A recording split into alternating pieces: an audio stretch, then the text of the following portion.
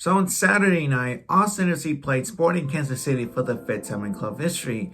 And while we all thought it was going to be an easy win for Austin FC, we were wrong. Austin FC came back from a 3-1 deficit to pull another comeback win at the Fortress of QT by beating Sporting Kansas City by the score of 4-3. And you guys, this was an emotional and roller coaster of a game, because before I get to that, let's look at our lineup.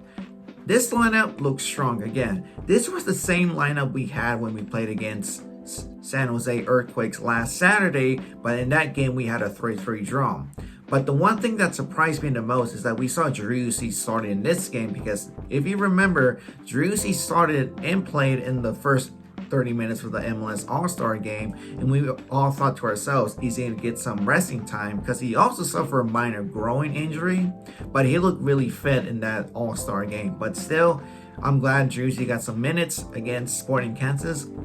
We saw Danny Pereira back in the 6 as always. I prefer Alex Spring in that role, but if Wolf has an idea, it probably works.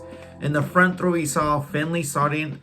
We saw Urruti and Fagundes in the back four, Gallagher instead of Kolmanic, Lima still because Jimenez is still injured, and the dynamic duo of defense of Gavias and Cascante. This was, again, a strong lineup for Austin FC. But for this game itself, the first half, it was really bad to watch because in the first 15 to 20 minutes, suddenly Sporting Kansas City did a lot of high pressing, that the way they play was the same style of playing they did to us about 2 weeks ago when we visited Kansas City. Because here's the thing, Sporting Kansas City may be a last place team, but you never underestimate a last place team because anything can happen. And what they did against us on Saturday night is that a lot of high pressing and a lot of surprising counterattacks that they left our defense, alongside with Danny Pereira, a lot of gaps.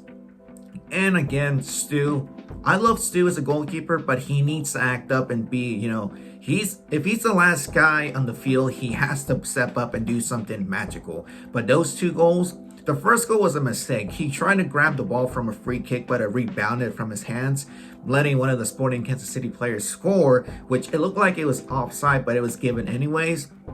The second time, it was Lima's fault there. Stu did his best to, the first try blocking, he saved it, but the second time he was trying to reach it with his legs, but as you can see, Nick Lima was just jogging and trying to catch to William Magada, who scored the second goal for Sporting Kansas City. So, in that second goal, it was Lima's fault, but in the first goal for Sporting Kansas, Stu has to step up and try to do his best.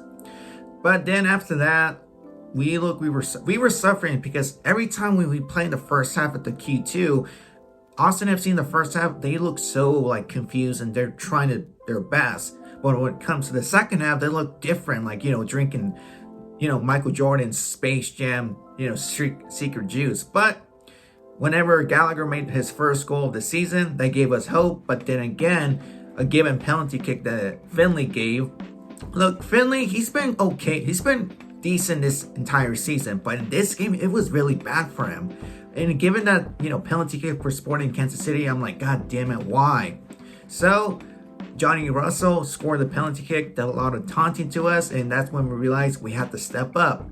Comes the second half, we were different because the key player for Austin FC in that second half was Washington Corozo. And Washington Corozo, this is his second time, but it's a substitution. In this game, he looked rusty, but the one thing that gave us as a benefit from him was his speed, and his attacks were so dangerous that it made the entire defense of Sporting Kansas and one of the midfield players, they were doing their best to catch up to him, but Washington Corozo was so fast that they couldn't catch up to him.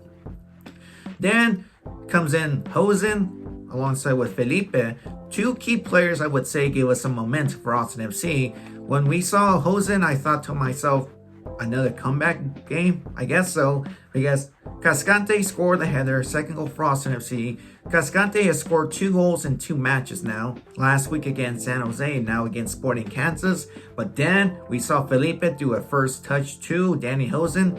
Some were saying that this is probably the best, the way Hosen scored the goal was really difficult, and I agree with that, but the way he did it, first touch, there we go. I would say Danny Hosen is a comeback king for us because this is the third time we scored in a comeback game. First time against DC United, second time against FC Dallas, and now against Sporting Kansas City. Then the entire match, Austin FC was just pressing up, which is a good thing about us. And yours truly, our MVP, without a doubt, Jersey Dior scored a game-winning goal for us and sealed the deal for Austin FC in a 4-3 match. I'm glad Austin FC got a win finally at the Fortress of Q2. It's not a fortress yet, but to me it is. But anyways, I'm glad Austin FC got this win. Crucial 3 points, and we're still on the title race for the Supporters Shield with LAFC by 6 points, I believe. But I hope we get the win against Minnesota United this Saturday. But yeah, you guys, the name is Vanilla Mexican 17. I'm glad to be back here giving you guys another reaction video. But for the meantime, stay hydrated. I'll be back here with the Minnesota United preview match.